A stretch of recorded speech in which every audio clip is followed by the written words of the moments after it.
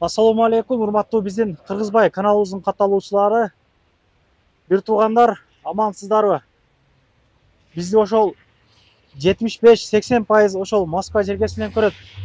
Буга чейинки жоголгон ага инилерди колдон келишинче мына сиздер бар экен, группадан группага тараттыңыздар. Мен бул жерде көрдүм эле, менен бул жерде иштеди эле деп, мен телефонум номериме жазышып, связдашып, тапканды таптык. Кудай кааласа учуп чыккандары бул жагы Туркиядан, башка жактардан учуп чыгып атат. Кудай кааласа эч ким жоголбосун. Мындан ошол 11 жыл алдын Калил агабыз жоголгон экен, 55-жылкы деп атат. Кызы келип кайрылып отурат. Мындан ошол 1-2 жыл мурда Супер Кежиге деле чыктыңар эле, мен Супер Кежиден көрдүм эле. Карындашыбыз бизге дагы келди. Эми толугураак маалыматты ошол кыз өзү айтып берсин. Саламатсыздарбы? Саламатсызбы? Менин атым Динара. Атам Кулаев Калил, 1955-жылкы 20-январь күнү туулган, Кара Суу районунун Мадайлын тургуну. Атам 28-январь күнү 2013-жылдын 28-январь күнү чыгып кеткен боюнча дайынсыз. 27-январь күнү өзүмөн улуу агам ооруп больницага түшүп калган, реанимацияга чыгып, ошол күнү реанимацияда болгон апам экөө. Эртеси күнү айткан бизге дагы, мен реклама аркылуу жумуш таптым, Бишкектен Латвия өлкөсүнө. Литвага, Машина, кийим алып барабыз, ал жактан Бишкекке машина алып келебиз деп айткан. Биз дагы ошол күнү билгенбиз атамдын кеткен күнү. Анан мага барган, мага барып, үйдөн эч кандай кийим, телефон алып кеткен эмес, бир эле документи болгон жанында. Анын жанында акча деле болгон эмес, көп суммадагы. Эң чоң улуу агам айткан адресине алып барган, бирок кандай адам менен кеткен, кандай машина менен кеткени белгисиз. Аны бизге көрсөтпөй, агамы кетирип, жолго жетпей эле түшкөн да агамчы. Жолдон жетпей эле түшүп агамы кетирип, андан дальше өзү кеткен. Биз кандай адам менен, кандай машина менен кеткенин көргөн жокпуз. Биз ушул убакка дейин издеп келдик. Комментарийлерде эми эсиңерге келдиби, 9 жыл болду, пенсиясы керек. Чыгарган видеолорду комментариялоо негативдер көп болду. Ооба, пенсиясы керек болуп келдиби, же өзүңөр бир нерсе кылып койгонсуңар. Азыр адамдар оозу менен жүрүп калганга байланыштуу өзүнүн деңгээлине жараша сүйлөшөбү, баласы издебейби, кызы, күйөө баласы издеп жүрөт дебей. Азыр бул жерде мен акам да сиздерди көрүп мага айтып анан келип атам. Өзүнүн баласы жана кызы издеп жатат бул жерде. Биз үйдө эч кандай уруш деле болгон жок, апам менен деле урушкан эмес. Биз бул малга дейин иштейм дегенин деле уккан эмеспиз. Ошол 28 күнү гана билгенбиз атам кеткенин. Кайдасын программасына бергенбиз, милицияларга, Казакстанга, сүрөттөрүнөн бери Бишкектерге коюп издегенбиз, эч кандай дайыны жок, угулган жок. Азыр издөөдө ошондо, До сих пор дагы деле издөөдө. Кече бир жума алдын милициялар келип үйдөн кабар алып кеткен. Кандайдыр кабар барбы деп. Бул жерде мен милицияларга күнөөлөйм, анын шалакылыгы. Ошол моментте биз тапшырган милициялар азыр 2012-жылы үйдөн чыгып кеткен, 2013-жылы байланыш үзүлгөн деп маалымат берген да, туура эмес маалымат. Алар издеген эмес да. Анан биз өзүмдүн улуу агамдар ооруп аткан акем барып, эмеге Бишкекке барып, сүрөттөрүн жабыштырып, магазиндерге кирген, кайдасынга чыкканбыз, канча программаларга чыктык, өзүбүз дагы издеп келебиз. Анан карындашыбыз видеого чейин деле айтты, өзүңөр эле жок кылып, өзүңөр же өлтүрүп эле эми эле түштөн кийин пенсияга жаш курага келген издеп атасыңарбы деген адамдар дагы болуптур, өздөрү тааныган деле. Аллах таала эч кимдин башына мындай сыноону бербесин туугандар. Ошого мындай жазат десе эле аркайсын жазбастан бул жактагы адамдын көнүнө караптан ойлонуп жазып коелук. Ошондой туугандар колдон келишинче максималдуу түрдө группадан группага таратып коюңуздар. Атамдын белгилерин айтып кетейин. Атам алдында 3 тиши бар болчу, сары. Колунда Кали деген жазуусу бар. Эсли 11 жыл аралыгында уже адам деле өзгөрөт, тааныбай калгандар бар. Сүрөтүнөн азыркы койгон сүрөтү 11 жылдан алдыңкы сүрөттөр эми. Ошол колунда Кали деген жазуусу менен алдындагы тиши менен таанысаңыздар болот.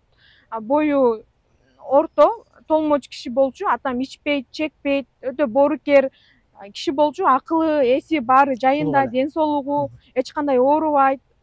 Атамы ушу көргөн билгендер баары эле тааныйт. Анан биз ушинтип интервью берген сайын алданып калып атабыз. Ушу жаш эле балдарга акча үчүн, өзүнүн кызыкчылыгы үчүн бизди ушинтип үмүткө койдуруп, ар адреске баргызып, ар жерге баргызып, акырында бизден акча талап кылып, акча берсеңер көрсөтөбүз дейт. Биз ошол айткан сумманы беребиз, бирок акырында алар жок болуп кетет. Бизди кур үмүт кылдырбаңыздар. Бул сыноону өзүңүздөрдүн башыңыздарга түшмөй сайын биз кандай күтүп, кандай үмүт менен ушунча жылдан бери жашаганыбызды сиздер сезбейсиңиздер, билбейсиздер.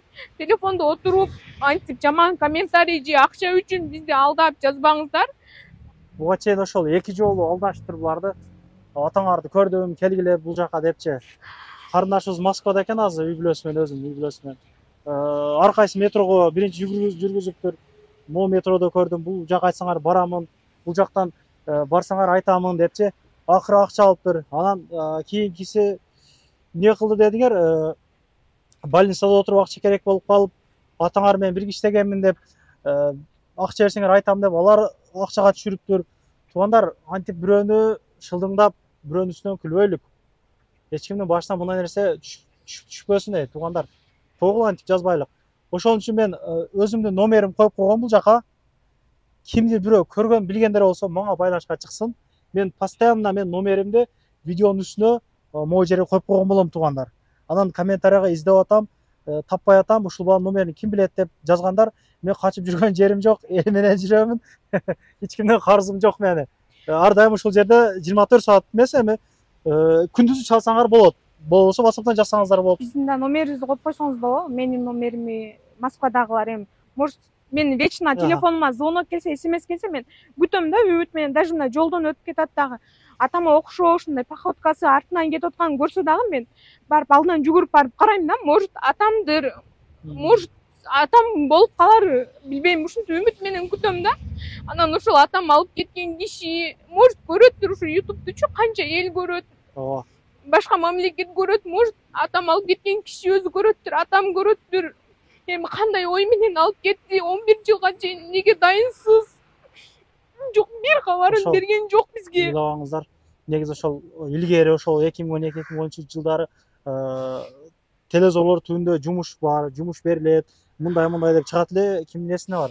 Ошол объявление боюнча эле кетишкен экен. Ошол ойдон каяк кеткендиги, үйдөн чыккандан кийин 2 сааттан кийин телефон номерлары өчүрүлүп, заблокирован болуп, кыскасы бир табышмактуу болуп атат бул жагы, ачыгын айткандачы. Бул дагы Алланын сыноосу экен. Биз атайлап атамы үйдөн чыгарып кеткен жокпуз, же издебей үйдө жаткан жокпуз. 11 жылда биз кандай түндү, кандай күндү, кандай күтүү санан өткөзгөн эч ким билбейт өзүбүздөн башка. Өзүбүз ушул жылга чейин издеп келип атабыз, колубуздан келишинче кылып атабыз. Ошол күтүп жүрүп ооруган акем да каза болуп калды. 4 жыл болду. Атамы күн санап күтүп, андагы оорусу күтүп, сыгылган сайын сахарный диабет, ал дагы кыйналып күтүп жүрүп каза болду, аны да көрө албай калды. Уйлабаңыздар. Туугандар, мына ушундай. Аллах сабыр берсин. Буйруса табылып калат деген комментарийлер жазып коелукчу. Комментарийде жана биз бул жерде көрдүк дейт да, анан мен аларга жалдырап жазам да, номериңиздерди бериңиздерчи, адресиңиздерди айтыңыздарчы, кайсыл жерде дейм. Просто адамды интрига кылышат да, мындай ойношот да адам мененчи. Ошондой кылбаңыздарчы, сиздерден сураныч. Бул сиздерден биз жыргаганыбыздан чыгып аткан жерибиз жок. Кандай күндү өткөзүп аткан ушул ситуацияда түшкөн адам гана билет. Көрдүңүздөр, биз значит сразу мына жерде мына адресе деп айтып коюш, ошол сөздү жазып атканда ошол сөздү кошуп жазыш оңой эле сөз болсо керек сиздер үчүн. Биз кандай күйүп атабыз, башкалар мисалы үчүн мен менен тең кыздар атасы менен кетип атса, атасы менен эркелесе, мен деле атамыз өзүн угуп, мен жалгыз кызмын, 5 агам бар өзүмөн улуу. Эркелегим келет, мен 7-чи классында кеткен атам. Азыр турмушка чыктым, дагы деле дайынсыз, мен деле башка кыздарга окшоп эркелеген үнүн уккум келет. Тап болуңуздар, бул дагы бир Аллахтын сыноосу. Аллах Таала көтөрүлгөн сыноо берет дегендей. Максималдуу түрдө группадан группа таратып коебуз туугандар. Бизден колдон келген жардам ошол. Лайк басабыз, Аллах Кудай кааласа табылып калат. Сабыр бериңиздер деп, сабыр кылыңыздар деп жаза кетебиз. Болду туугандар, ишиңиздерге ийгилик. Кыргызбай эл кызматында ар дайым боло бермекчи иншалла. Каналда биринчи болуп аткандар каналга катталып кетиңиздер. Анан бизде кыскача жарнама демөөрчү деп айтып койсок дагы болот. Анан мындай нерселерге мен буга чейин эч кандай акча алган эмесмин туугандар. Анан кайрымдуулук видеолорго акча алган эмесмин. Мешиттерге видеолор чыгарып акча алган эмесмин ошогодон айтып коеюнчу. Өздөрүнүн картасынын номерлерин койгонбуз, өздөрүгө түшкөн канча акча которсоңуздарчы, анан акча көбөйүп калдыбы, акчаң топтолуп калдыбы, чөнтөгүң толдубу деген адамдар Аллахтан корккула, ачыгын айтайын. Эптесеңер силерден ушул канал ачкадан, силерден ушундай элге кайрылуу кылып, акча топтогула, башка нерсе кылгыла, анан кылткан адамды дагы Маланы ырасы кылтабыз эми өтө мындай дукту чүрүп коет экен да, ошондой смстер анан чалып ука акча топтолдубу деген звоноктор дагы болуп калат. Ишиңиздерге ийгилик, барыңыздарды каналга катталыңыздар деп айттым. Сүйүн агам кирди чыкты бирөө жарымда болуп калса, издегендер болуп калса, Сүйүн агам номерин коюп койгом туугандар, айтып коеюн ошондо. Анан трал боюнча Кыргызстанга жүк жөнөтө турган агайын элер тралдар деп бул жерге коюп койгом. Каяка чейин? Бишкекке чейин 25 миңге барат. Honda Fit, Step, Get'терди. Ошо Honda Get'тер Ош Жалал-Абадка 30 миңден барат. Дагында болсо беркиндей машиналардан алып барат. Рахмат барыңыздарга туугандар. Келерки видеолордон көрүшкөнчө.